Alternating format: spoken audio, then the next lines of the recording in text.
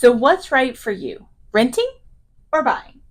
This is one of those decisions where the answer really depends on you, your life, your finances, your future goals, your lifestyle, you. Y-O-U.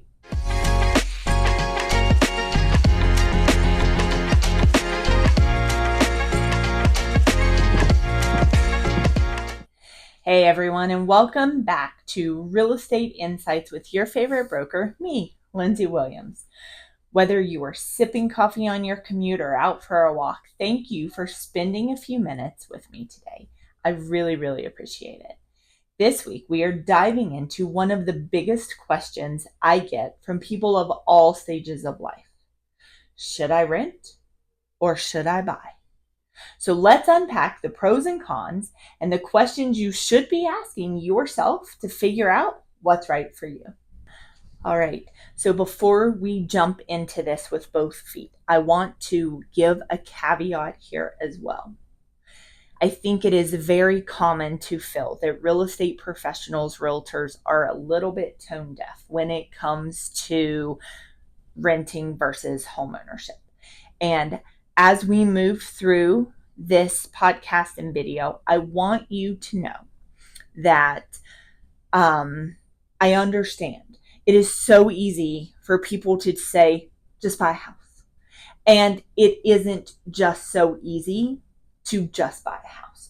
There are so many steps and processes and things, and it is overwhelming. So that's why you need that real estate professional. But if home ownership is something that you want to have in your future, and if after watching this and us talking about renting versus buying, and you're like, yes, I have to rent right now, but home ownership is what I want to get to, there's no time like now to start talking to a real estate professional to get yourself in the position to make that dream a reality. Okay, so I don't want you to feel like I am not being sympathetic, because I think a lot of times when we talk about this, it comes across like that we aren't, because I don't think any real estate professional really means to make anyone feel as if, it's just super easy to just buy a house. Just buy a house. It's just the easiest thing in the world. And it's just something that we do every day. So I think sometimes it comes across that way. So before we dive into what I'm about to dive into, I want to just lay that out there. This video is for everyone. No matter where you live somewhere. Whether you rent, whether you own, there are good and bad about both. And we're exploring all of that because there is a season when both can work for you.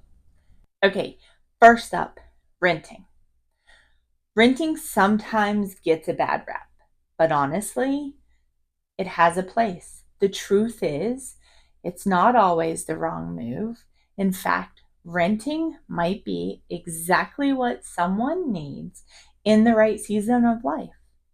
It just might be your time to jump into home ownership, or you may have owned a home and need to rent for a bit. That's fine. Here are a few reasons that renting makes sense. Flexibility. If you're not quite sure where you want to live long term, or if your job or your lifestyle or your family situation could change soon, renting gives you the freedom to move with so much less hassle, right? That just makes sense. And it comes along with total lower upfront cost. You'll likely need your first month and your last month's rent and potentially a security deposit, but not a down payment. You don't need closing costs. You don't need inspection fees or property taxes. And in a future episode, we're going to talk all about the things that you're going to need to buy a house, which a lot of those are what I just said. And it's maintenance-free living. So if the furnace breaks or the roof leaks, or you have a disposal that stops working, or you flip that button and just your sink explodes, that is not your bill to pay. You pick up the phone, you call your landlord or their handyman, and someone comes and takes care of that. That is awesome. Only if you're renting though. If you're a homeowner, someone comes and fixes it once you call them, but you fit that bill. But renting isn't always perfect either. There are some downsides to that also. Mostly, you're not building equity. And as we have talked in previous podcasts, there's some bit of financial literacy that we miss. And a big part of that is building equity and what that means. So sometimes when you're talking to a real estate professional, one of the things that they say is that when you rent, you're paying into someone else's equity, or you're paying their mortgage down instead of paying your own. So it makes sense to ask questions if you don't understand what that means. But what you're really doing is building up someone else's income in that property. You're paying them for the right to live there, and they're benefiting from your payment. And additionally, your rent can increase at the end of your lease. We are going to explore this so much further here in a minute, a little later in the podcast as well. And you are limited to what you can change and customize in your space. So many people who rent are like, oh, I really just want to paint my walls, or I would love to hang this up, but it's too heavy and I can only use the command strips or things like that. We can't use nails here. Actually, I have a friend who's renting and their landlord is use nails. I hate those things that pull my drywall down, which is so funny.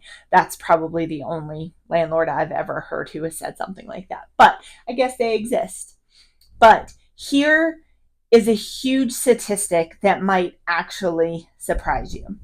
According to the Federal Reserve's most recent survey of consumer finances, the average net worth of a homeowner is around $396,000, while the average net worth of a renter is just under $11,000. That is a 36 times difference.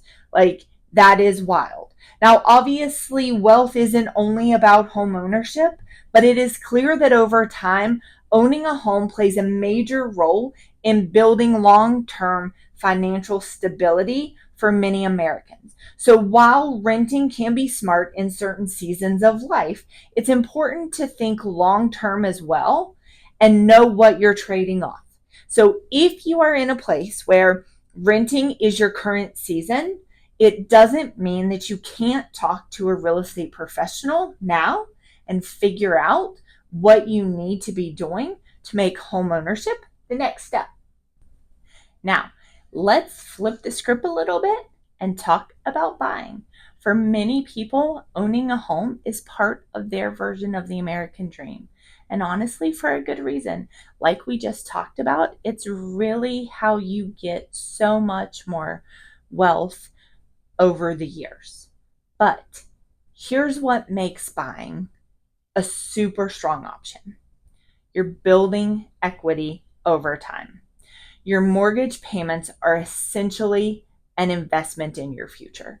As you're making that monthly payment, the amount of principal versus interest is changing. So let's say it's 30 years, okay? You're making this payment for 30 years and you have like the amount of principal and the amount of interest. So you're paying high interest up front and low principal payments.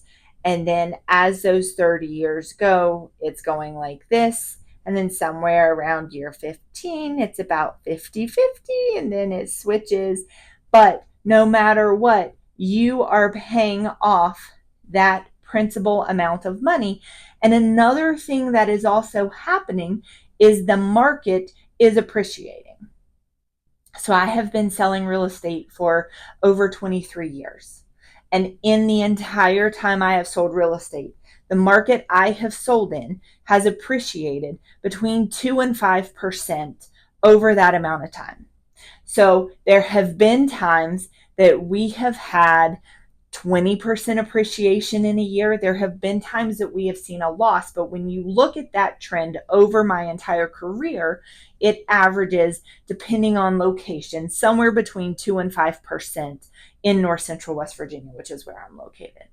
So, when we're looking at pricing and that sort of thing, you're not only building equity as you're paying down your principal investment and the interest from where you borrowed the money, but you're also making money because your investment that you're living in, because you're not just living there, you don't have deferred maintenance issues, you're actually taking care of your investment, that is also building appreciation over time. So the price of that original thing you bought is also appreciating and becoming more valuable.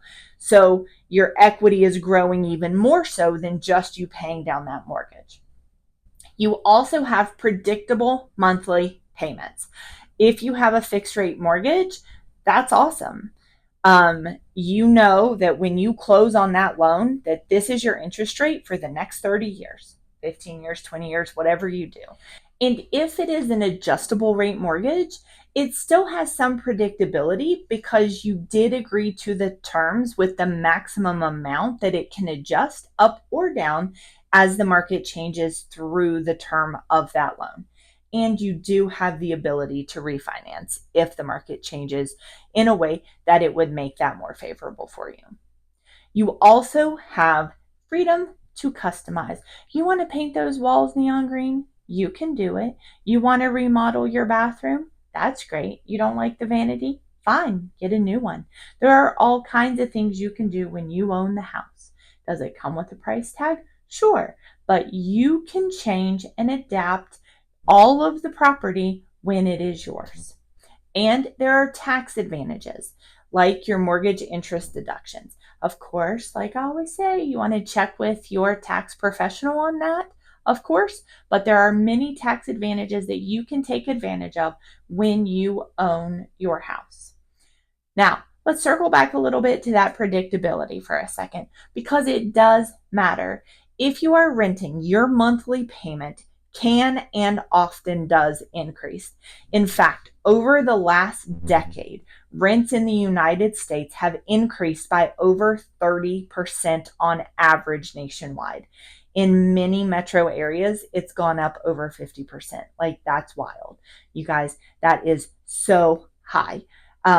When you settle with your 30-year mortgage, your principal and interest payment is the same. The things that change are potentially your insurance and your taxes. So those are the things that adjust on your monthly payment, and that's going to adjust yearly. But really, you can pretty much guarantee that what you're paying on day one is the same thing you're paying on the last day of year 30. Okay.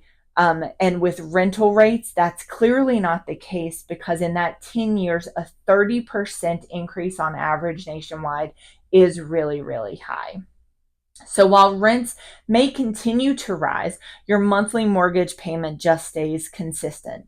That is very powerful for long-term financial planning and peace of mind.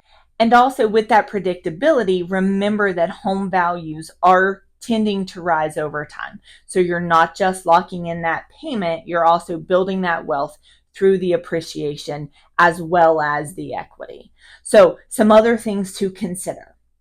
Buying typically comes with more upfront costs. We talked about that a little when we were talking about renting. So you have that down payment, your closing cost, inspection fees, loan origination fees, things like that. You are responsible for your maintenance and repairs. You don't have a handyman on speed dial. They are not available for you weekends and evenings.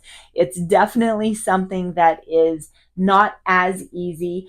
People always are like, buy a house, they said, that's always what people say, which is very funny, because once they sell their house and they see what kind of equity they have and they put it into something else, they're super excited that they did buy that house.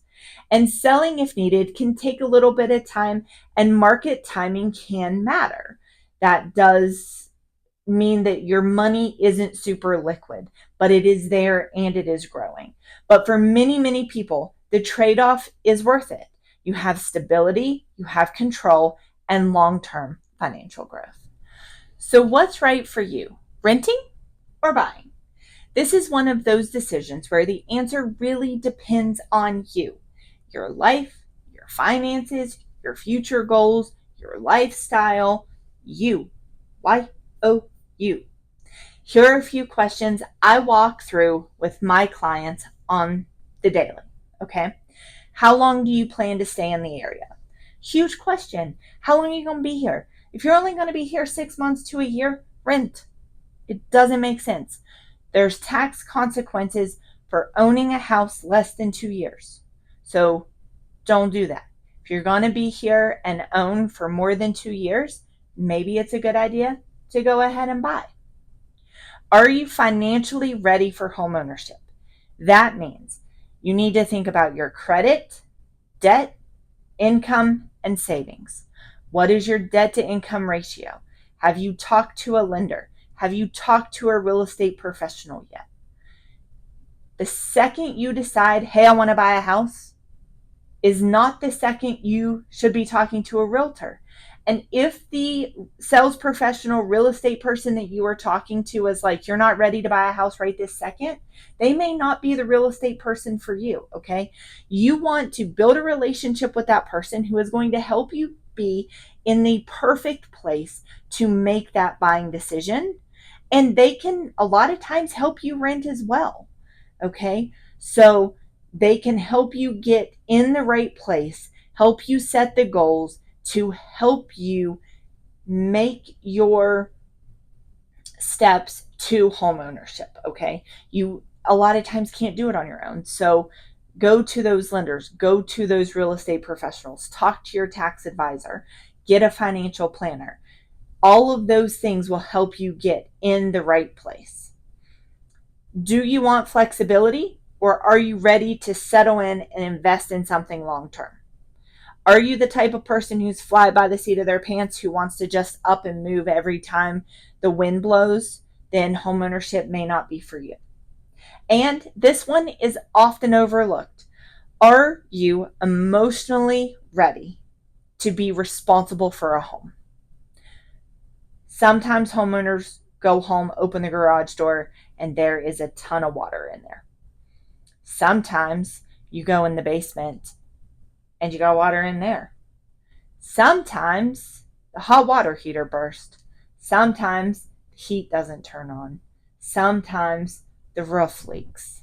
There are some times that not great things happen when you own a home. If you aren't ready to be responsible for those things, if liquid income is super tight, then discuss that with your real estate professional as well. Now, let's add a little bit more context that I also think is really important right now. Interest rates. A lot of folks are hesitant to buy because they've seen mortgage rates higher than the record lows that we had in 2020 and 21. I mean, let's be honest, they were really low. Like my entire career, they've been low. But in my career, when I started in the early 2000s, they were at 5%. And then I refinanced at 2.5%. That's wild, you guys. We were joking that eventually lenders were going to have to pay us to get a mortgage instead of us paying them to borrow money. But here's the thing. Historically speaking, today's rates are actually very normal. In the 1980s, mortgage rates hit over 18%. Even in the early 2000s, like I just said, it wasn't uncommon to see rates around 7 or 8%. 5 and 6 was the norm when I got started in real estate in 2003, 2004. The 3% and the sub 3% rates that we saw in recent times were historic lows, once in a generation territory that I don't know if I will see again in my lifetime. Right now, we are seeing rates around 6 to 7% in many areas, depending on your credit and loan type. We can still find some that are adjustable rate mortgages in the 5%, but they're kind of few and far between. And while you might feel that 6 and 7% is high compared to 2 years ago, they are still much lower than historic averages. And the beauty of a fixed rate mortgage is that once you lock it in, it will not change. So while rent can go up, like we've just talked about, every single year, up to 30%, 50% in a decade, once you lock that mortgage right now, that rate is not going to change. Plus, here's something else to keep in mind. If that rate changes, you can refinance.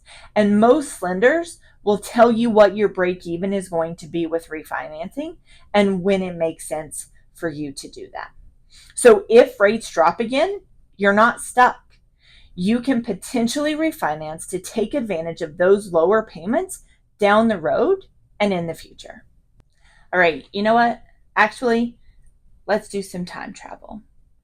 Let's look at some numbers from 1980 compared to today. So let's take a step back and compare how housing has changed since the 1980s, because context matters. And when we talk about those rates at 18% in the 1980s, people get super grumpy because they're like, but the housing was so much cheaper. And I get it, but I've done some research, I've pulled some numbers. So let's look at some of this, okay? And I am going to make sure I get these numbers right. So bear with me. So in the early 1980s, median household income was about $22,400. That was in 1984. While the median home price was around $78,200. And that gives a price to income ratio of about 3.5%. So that means that the median home price was 3.5% higher than the median household income. In the years 23 to 25, the household income nationwide sits at about $80,600, but the median home prices are $428,600 nationwide. And that's pushing that ratio up to 5.3 times, which means that the typical family needs to make nearly 5 times their annual median income to afford that house. Okay, so that's kind of confusing. The house price is 5.3 times higher than what their median income is. And it was 3.5% higher in 1980. Okay, so in the 1980s, those peak interest rates that we're seeing, 18%. In 1981, that's what it was. Rates right now are 6 to 7% in that range. And that is high compared to that pandemic era lows, okay? But it is well below those historic peaks of the 18% in the 80s. And when we are looking at those houses, let's adjust that home price for inflation. So a home costing $100,000 in 1980, when adjusted for specific inflation, housing, real estate specific inflation, would be about $422,000 today, looking at those nationwide numbers, okay? Which is very close to the median prices nationwide. So if you're watching this and you are in certain areas, you're going to be like, what can you possibly buy for $422,000? I know, but remember, that is a national average. And then you have income growth versus home price growth. So since the 1960s, housing prices have jumped 121%, adjusting for inflation, while median incomes grew only 29%. Between 1985 and 2023, incomes rose 241%. But housing prices have risen 408%. Y'all, that's crazy. Why does this matter? In the 1980s, families faced sky-high interest rates, but home prices were relatively affordable relative to their income. And today, lower mortgage rates are offset by much higher home prices and stagnant real income growth. That's why about 75% of U.S. households can't afford a median-priced home in today's market.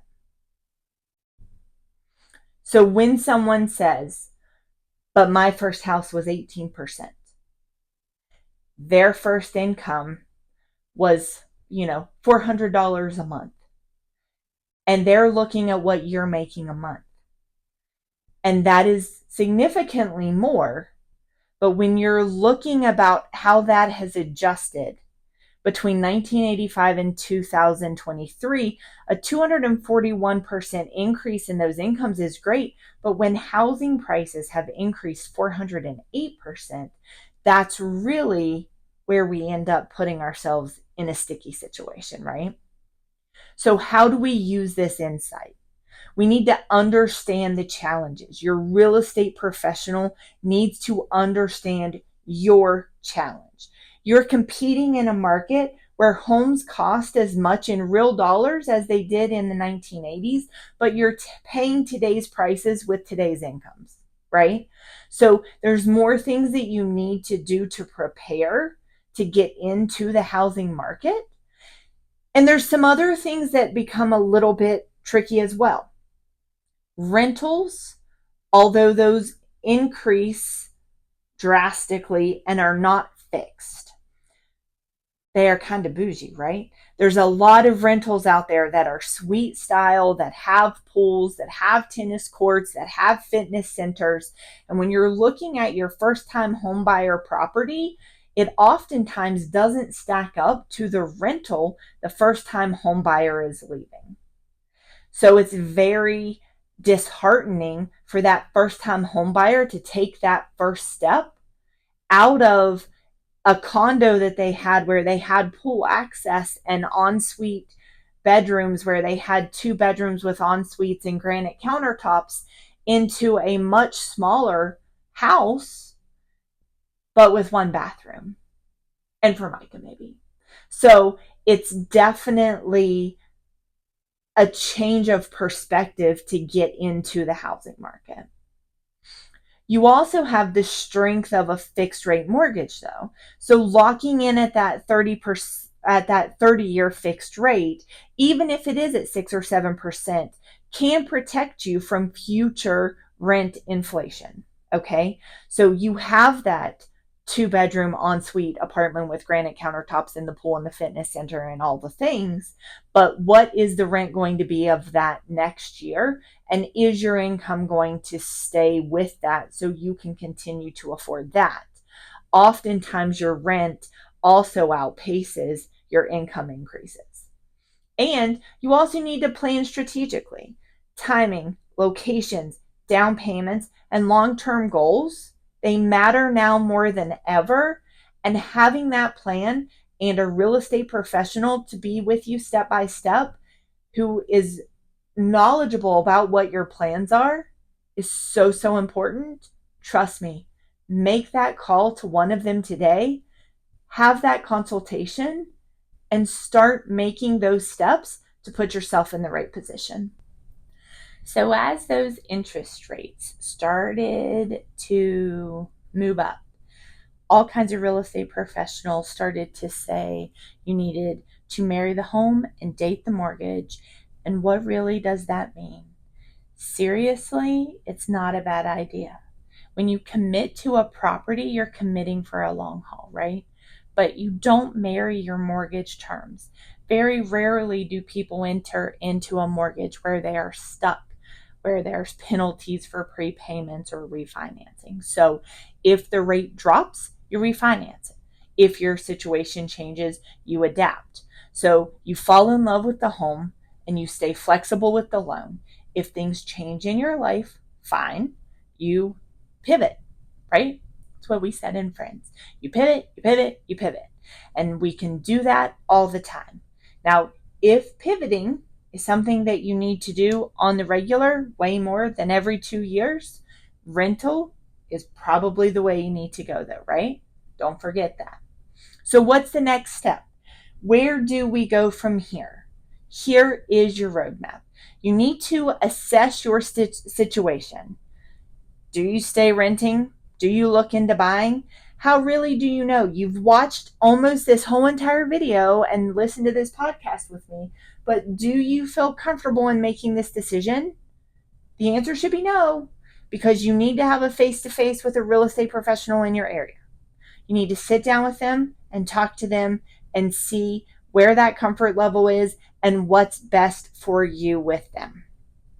Talk to a local lender. See what mortgage amounts work for you today with insight on rate versus payment. See what that looks like comparative to your current rental rate. And see what that looks like in a 5-year and a 10-year snapshot, knowing that whatever you lock into right now is going to be fixed. And just, why not look at it in 10 years with a 30% increase in the current rent rate you're paying, just to see what that's going to look like in 10 years. Explore homes locally, go to open houses, go look at property so you can see what is offered in the area you live, and work with a professional. Clearly, you work with a professional lender. Buy a house with a professional. Work with a real estate agent. Go find that salesperson who can craft a strategy tailored to you and your lifestyle goals. That's really what you need. Remember, there is no perfect answer. There is only your right answer. Truthfully, that's my broker tip of the week. The only right answer for housing is what's right for you. And working with that real estate professional that's going to put what's right for you as their primary focus is paramount to making this work the best also for you. So that is it for episode 4, where we have looked at renting versus buying. I hope this gives you some clarity and confidence, right? So you can see the navigation it's going to take for your housing path as you continue on your journey. If you want to unpack any of this, please drop some questions down in the comments. I'd love to chat with you. If you have any refinance pros or cons, or if you want to take any TikTok ready snippets, just let me know. Let's talk about these things. I really appreciate you taking the time to listen, and I'd love for you to remember to like and subscribe so you don't miss what we talk about next time on Real Estate Insight with your favorite broker, me, Lindsay Williams. Bye.